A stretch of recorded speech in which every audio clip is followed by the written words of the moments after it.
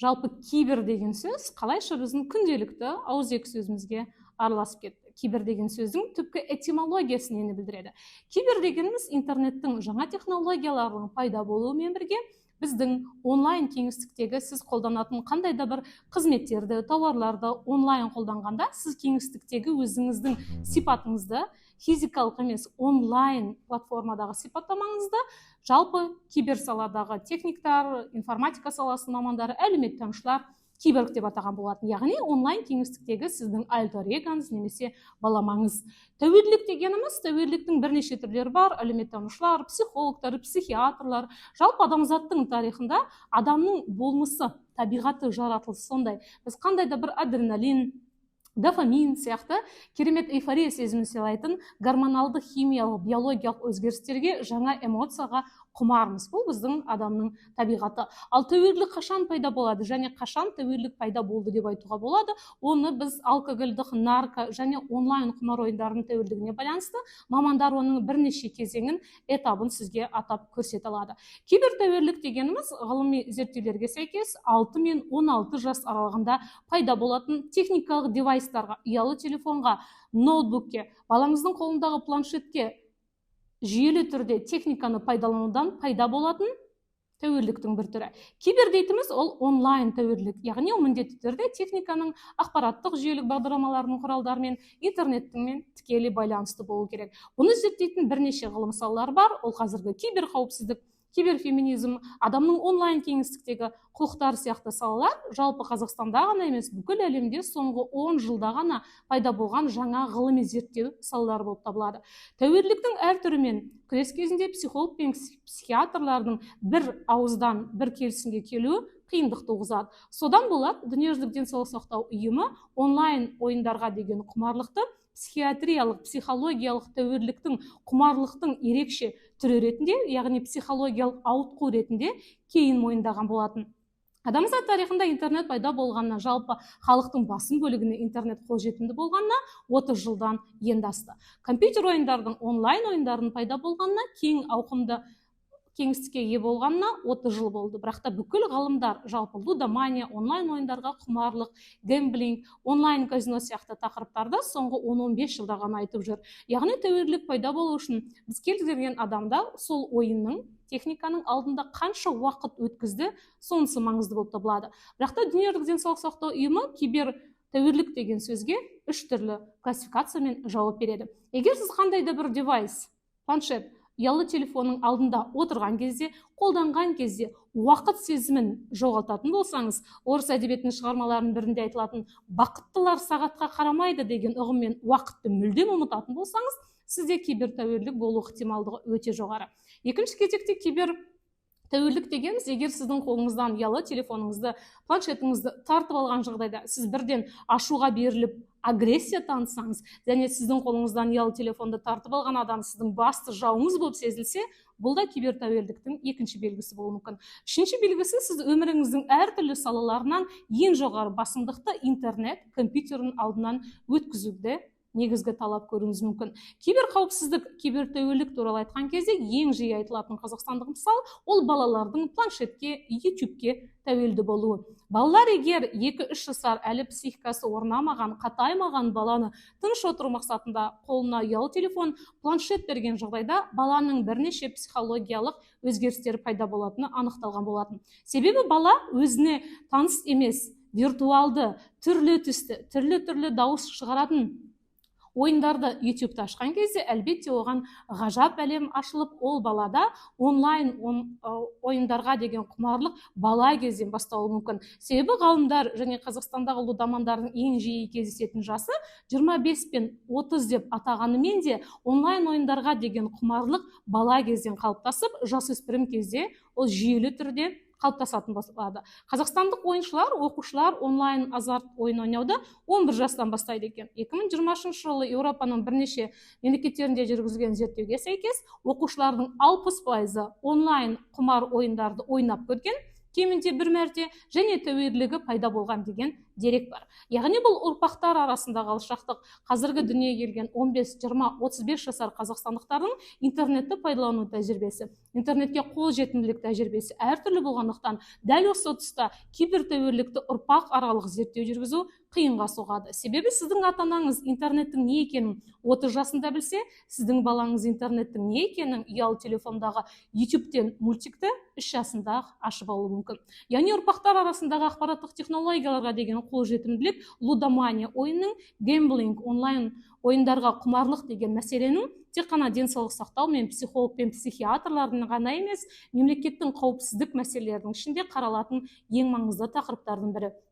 Кибертәуелділік ол тек қана ұялы телефонға, компьютер ғана емес, сіз өзіңіздің бос уақытыңыздың барлығын адамдармен, жақындармен кездесуге, киноға баруға, сөйлесуге емес, тек қана компьютердің алдында өткізуге талпынсаңыз, сізде кибертәуелділік пайда болуы мүмкін. Оны көптеген адамдар әртүрлі сипатпен ақтауға тырысады. Яғни мен достарыммен көшеге барғанша компьютердің алдында отырғаным артық, ата-анаммен сөйлескенше кино көргенім артық, далаға шыққанша кибер спорт, футбол ойнағаным артық. Яғни кибертәуелділіктің негізгі белгілерінің бірі, сіз компьютерде отырған уақытыңызды ақтауға және сол өткен уақытты сізге зиян емес, пайдалы жағынан көрсетуге аргумент іздейтін боласыз. Бірақ та кибертәуелсіздіктің және тәуелді болудың сипаттары ол қала халқыма, ауыл халқыма, ол отбасы қандай отбасыдан шыққан, әлеуметтік жағдайы қандай, ол да тікелей әсер етеді. Себебі кейбір балалардың өзінің жеке компьютері мен жеке бөлмесі 6 жаста пайда болған жағдайда, ол балалардың компьютерден уақыт өткізу ықтималдығы өте жоғары. Бірнеше зерттеулерге сәйкес, ұл балалар қыз балаларға қарағанда компьютерге ерте жастан-ақ үйір болады және уақытты көбірек өткізеді. Содан да болар киберспорттағы бүкіл спортсмендердің 90% ер азаматтары. Бірақ та киберспорт кибертәуелділікке алып келеді ме деген сұраққа ғалымдар жалпы кибертәуелділікті 5 санатқа бөліп қарастырады. Ол бірінші казиноға деген тәуелділік, онлайн казиноға тәуелділік, онлайн автоматтарға тәуелділік, онлайн азарт ойындарға және физикалық түрде тұрған ойын автоматына. Бесіншісі ол спортқа бәс тігуге деген тәуелділік. Яғни бұның 5 түрде онлайн кибертәуелділікке алып келген жағдайда сіз бірнеше денсаулыққа келетін зиянды көре бастайсыз. Ең бірінші кезекте ол сіздің көзіңізге, ақаулығына, денсаулыққа, уақытқа тікелей әсер етуі мүмкін. Бірақ та әлбетте кибертәуелділікке ұшырайтын адамдардың ең бірінші қойылатын сұрағы, сіз қанша уақыт бойы интернеттен үзбей отыра аласыз. Яғни сіз компьютердің алдында отырған жағдайда сол орныңыздан тұрмастан неше сағат отыра аласыз. 2-3 сағат тамақ ішуді, дәретханаға баруды, далаға шығуды, ата-анаңызбен сөйлесуді ұмытып, тек қана компьютердің немесе ұялы телефонның алдында отырған жағдайда сіз өзіңіздің зомби әлеміңізді немесе сізді өзіңіз компьютермен ғана оқшаулайтын виртуалды, мүлдем параллельді әлемге түсіп кеткеніңізді сезінсеңіз, сізде кибертәуелділік бар. Яғни кибертәуелділікті анықтайтын бірнеше онлайн тесттер де бар. Сізге 20 сұрақ қойылады. Егер сіз 20 сұрақтың 7-еуіне иә деген жауап беретін болсаңыз, сізде кибертәуелділік бар деген сөз. Сол сұрақтардың ең жиі кездесетін бірі, сіз далаға шығу немесе компьютердің алдында ойнау деген екі таңдау болса, қайсын таңдайсыз? Таза ауаға шығу ма, үйде отыру ма? Достарыңызбен кездесу ме, компьютер ойнау ма? Кітап оқу ма, онлайн кітап оқу ма? Далаға шығып футбол ойнау ма, әлде FIFA-ны онлайн форматында ойнау ма?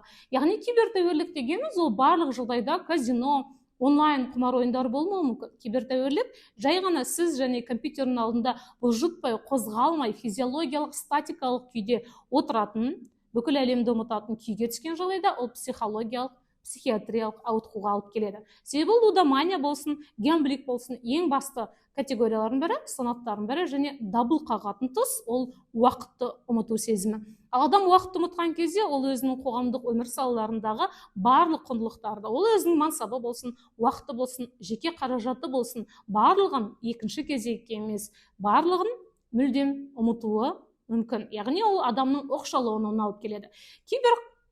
тәуелсіздікпен күрестің бірнеше түрлері бар. Мемлекеттердің тәжірибесіне сәйкес, сіз қандай да бір сайтқа кірген кезде тіркелуіңіз қажет. Егер сіз тіркелген кезде өзіңіздің осы сайтта 45 минуттан артық отыра алмаймын деген тайм лимитіңізді қоя аласыз. Егер сіз өзіңізді басқара алмасаңыз, өзіңіздің эмоцияңызды, өз уақытыңызды басқара алмасаңыз, сіз үшін сайт сіздің уақытыңызды басқара алады.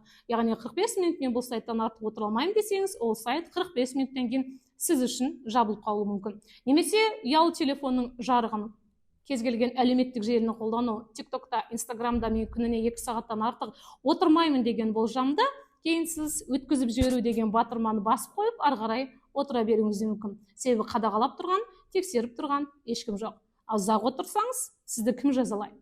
Басты мәселе риторикалық осы сұрақтарға келіп соқталады. Яғни мен не жоғалтам? Егер мен интернеттің алдында ұзақ отырсам, мені кім жазалайды? Мен не жоғалтам? Одан маған қандай зиян келеді? Менің көзім ертең көрмей қалмайды, мен ертең жүре алмай қалмаймын. Сіз қысқа мерзімдегі емес, ұзақ мерзімдегі сіздің денсаулығыңызға, қоршаған ортаға келетін зиянды дәл сол кезде сіз ойлай алмайсыз. Себебі кибер тәуелділік дегеніміз адамның психологиялық емес, химиялық, биологиялық өзгерістерін алып келеді. Химиялық, биологиялық дегеніміз адамның кез келген сезімін, жүріс-тұрысын, мінез құлқын, өмірге жоспар құруын, армандауын, көңіл көтеруін, достарымен сөйлесуін барлығын анықтайтын ол гормондар. Ал гормондардың ең жиі қозғалатыны тәуелділік болатын кезі ол ойын кезі. Яғни сіз ойынға бәс тіккен кезде қуанасыз, ұтыс алған кезде қуанасыз. Ұтылған кезде сіз екінші мәрте бағыңызды сынап көруге тырысасыз. Яғни сіз тағдырға, сәйкестікке, қандай да бір жол болып кеткен лотереяға сенетін боласыз. Сіз өзіңізді лотереядан лот ұтып алған адамдардың келесі мен болуы мүмкін деген жалған үмітке сене бастайсыз. Сіз осы арқылы шынайы өмірден алшақтай түсіп, өзіңіздің арманыңыз бен қиялыңыздан, иллюзиядан және ешқандай да шындыққа жанаспайтын параллельді әлемге қалай түсіп кеткеніңізді байқамауыңыз мүмкін. Біз дәл осы категорияны санатты психологтар кибер тәуелділік деп атайды. Кибер тәуелділіктің басқа тәуелділіктен қандай айырмашылығы? Адам неге тәуелді болуы мүмкін? Ең жиі кездесетін тәуелділіктің түрі ол алкогольдік ішімдікке деген тәуелділік және наркологиялық сипаттағы наркопсихотропты заттарға деген тәуелділік. Бірақ бұның екеуінің ерекшелігі неде? Алкотәуелділік Қазақстан Республикасында заңды қатайту арқылы алкогольді кез келген адам, кез келген жастағы барлық дүкендерден сатып ала алмайды. Бірақ та кез келген нарықтың қара бөлігінен сіздің жасыңыз 21-ге жетпесе де, түнгі 11-ден кейін де, егер сіз алкогольдік сусынды сатып алған жағдайда, сіз Қазақстан Республикасының заңын бұзып тұрғанын ескеруіңіз керек. Ал Қазақстан Республикасының қылмыстық кодексіне сәйкес наркологиялық психотропты адамның денсаулығына зиян заттардың тізімі бар. Егер сіз сол психотроптық наркологиялық заттарды қолданған үшін де қылмыстық жазаға тартыласыз. Алкогольдік наркотроптық заттар үшін жаза бар. Ал онлайн казиноны ойнаған үшін жаза бар ма? Әлбетте онда жаза жоқ. Себебі ол сіздің бос уақытыңыз, сіздің көңіл көтеру уақытыңыз, оны мемлекет әзірге жазаламайды. Яғни кез келген платформа сіздің сол платформадағы уақытыңызды реттеуге, сол сайттағы тігетін бәсіңіздің депозиттің сомасын сіздің банкіңізде анықтау мүмкін. Немесе сіздің қаржылық әлеуметтік статусыңызды болашақ мемлекетте анықтау мүмкін. Егер сіздің мемлекеттің алдында өтелмеген алиментіңіз, кредиттік өтелмеген қаражатыңыз болса, сіз болашақта онлайн құмар ойындарының сайтына, онлайн казиноға кіре алмай қалуыңызды мүмкін.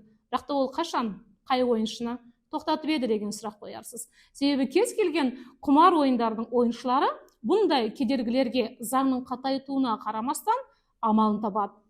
Осындай амалдардың ішінде әр мемлекет ойыншылардың психологиясымен ойлау арқылы бірінші кезекте нені түсіндіруге тырысады. Сізде кибер тәуелділік пайда болған жағдайда ең бірінші кезекте ол сізге зиян әкелетін, ол сіздің өміріңіздің сапасын төмендететін, сіздің психика, физиология, әлеуметтік өмір, қаржыңызға кедергі келтіретін, негативті әсер ететін құбылыс болғандықтан, дәл осы кезде тоқтай бол, немесе тоқтай білудің бірнеше кеңесін ұсынады. Ондай институттар психологиялық, психиатриялық, лудоманияны зерттейтін институттардың бірнеше кеңесі бар. Кибер тәуелсіздіктен арылудың жолы ретінде жасөспірімдерге ең бірінші ұсынылатыны ата-аналарының қадағалауы. Бірақ та соңғы зерттеулер көрсеткендей, балалар соңғы кезде көп уақытын ата-анасымен емес, достарымен, мектептен тыс жерде өткізеді екен. Яғни 24 сағаттың неше сағатын балалар ата-анасымен өткізеді, ал неше сағатын ата-анасынан бөлек өткізеді. Яғни ата-ананың да баланың кибертәуелділік қасиетінің пайда болуында ықтималдығы алдын алу профилактикасы жылдан жылға төмендеп барады. Себебі интернеттің қолжетімді болуы, интернеттің арзан бағада болуы, кез келген баланың қолында смартфонның болуы және балалардың бос уақытының көп болуы олардың кибертәуелділікке әкелуіне әсер етуі мүмкін. Бірақ та баланың бос уақыты болса, ол міндетті түрде кибертәуелділікке ұшырайды деген сөз емес. Бірақ та мамандардың айтуы бойынша балаларды кибертәуелділіктен алдын алу үшін оны ұялы телефоннан алысырақ ұстауға, немесе оның бос уақытын басқа да спорт, көңіл бөлу, кітап оқу, балалармен айналысу, таза ауада жүру, тауға шығу сияқты өзге де белсенді әдістермен алмастыруды ұсынады. Кез келген ата-аналар өзінің балаларына ұялы телефонды қай жастан бастап беремін деген сұрақты психологтарға өте жиі қояды. Менің балам неше жастан бастап ютубтен мультикті көре алады деген. Бұл сұрақтың жауабын кез келген ата-ана өзі анықтау керек. Бірақ та балалар құқығы саласындағы ЮНЕСКО халықаралық ұйымының айтуы бойынша балалар 6-7 жасқа дейін онлайн девайстармен, планшет, компьютер немесе ұялы телефондардың қасиетіне, оның виртуалды әлеміне басымен кіріп кетпес үшін олармен таныс болмағаны жөн дейді. Яғни 6-7 жасар мектепке барған балаға дейін ютубпен алдамаған жөн. Бірақ та бұл мамандардың пікірімен кез келген ата-ана Қазақстанда келіспеуі мүмкін. Себебі баланы уатудың, баланы тыныштандырудың ең бір тиімді жолы қолына ютуб беріп, мультикті қосып беру. Бірақ та бұл кибертәуелділікке әкеледі ме деген тағы да бір ғалымдар, кез келген кибертәуелділік немесе тәуелділіктің басқа да түрі генетикалық сипат алуы мүмкін дейді. Яғни сіздің әкеңіз, атаңыз бұрын карта ойнаса, ол кезде онлайн казино болмаса да, қандай да бір құмар ойындарына тәуелділігі, икемділігі болған жағдайда, оның келесі ұрпағында бұндай икемділік құмар ойындарға деген болуы мүмкін деген ғалымдардың болжамы бар. Бірақ та ол сіздің атаңыз құмар ойыншы болса, сіз де міндетті түрде құмар ойыншы боласыз деген сөз емес. Бірақ та Қазақстанның немесе әлемнің барлық мәдени, қоғамдық салаларының әр түрінде біз ойындардың, онлайн казиноның қолжетімді екендігін, оның романтизацияланатынын, онлайн казиноға кіріп 5 сағат өткізіп $5000 немесе $5000 ұтып алу, ол ешқандай да қиындық емес, ол құқық бұзушылық емес, ол жай ғана көңіл көтеру, ол кез келген адамның қолынан келеді деген жарнаманың құлы болған жағдайда, сіз алдын ала бірнеше кибертәуелділікке ұшырамас үшін өзіңізге сұрақ қойыңыз керек. Ал бұндай сұрақтарды, өзіне сыни пайымен сұрақтарды 6 жасар бала қоя алады ма? Әлбетте жоқ. Бірақ та кибертәуелділік 11 жастан бастап басталғанымен баланың қолындағы интернет 6 жастан бастап пайда болғандықтан, дәл қазіргідей лундабандардың портреті Қазақстанда 25-30 жас емес, 10 жылдан кейін лудаманның портреті 18 жасар адамда болуы мүмкін. Себебі ол туғаннан бастап бүкіл ғұмырын интернеттің алдында өткізуі мүмкін. Онлайн құмар ойындардың кибертәуелділікпен байланысы неде? Егер сізде кибертәуелділік бала кезден қалыптасса, сіз кез келген онлайн казино үшін керемет таптырмас клиентсіз. Неліктен?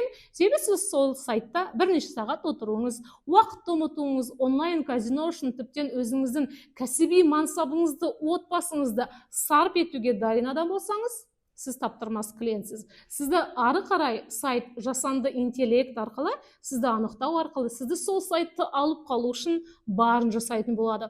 Оны біз нейромаркетингтің салалары қазіргі онлайн бизнес, көңіл көтеру салаларында жиі қолданады. Сіздің не ойлайтыңыз, сіздің не армандайтыңыз оларға маңызды емес. Оларға маңыздысы, сіз бұл сайтта 4 сағаттан артық уақыт өткізген адам болсаңыз, сізді 5-6 сағатқа қалдыруға сол сайттың бастамашылары, администраторлары бар күшін салатын болады. Бұл жай ғана бизнес, жеке мәселе емес.